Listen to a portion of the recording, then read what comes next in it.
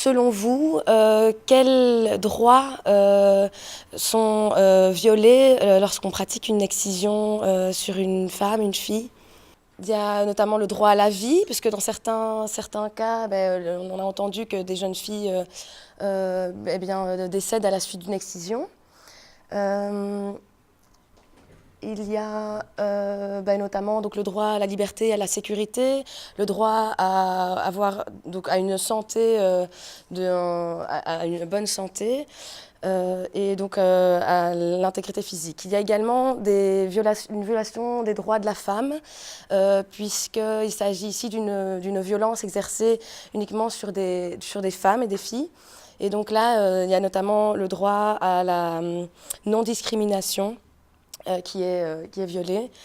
Il y a notamment la Convention sur l'élimination de toute forme de discrimination à l'égard des femmes qui précise que les mutilations génitales féminines renforcent la position inégalitaire des femmes dans la société.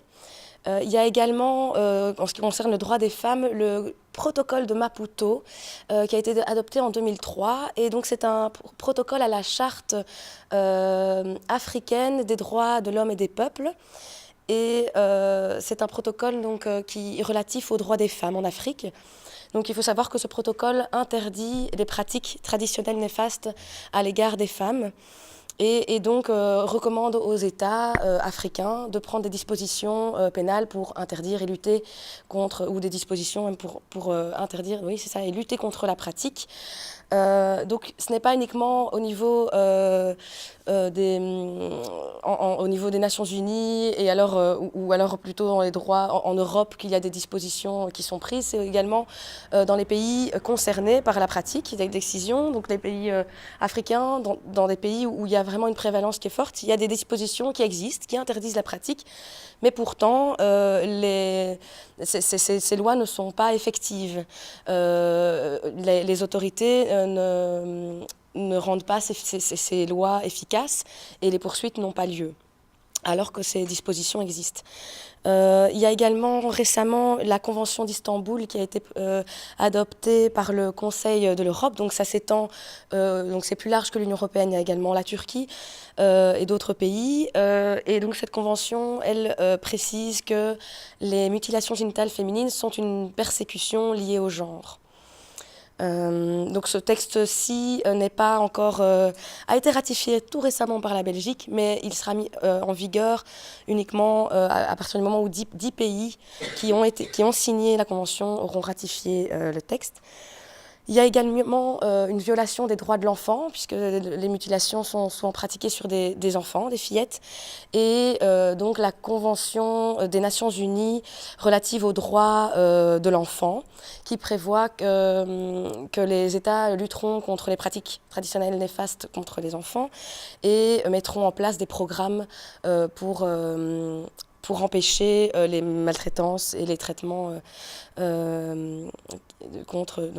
les traitements inhumains contre les enfants.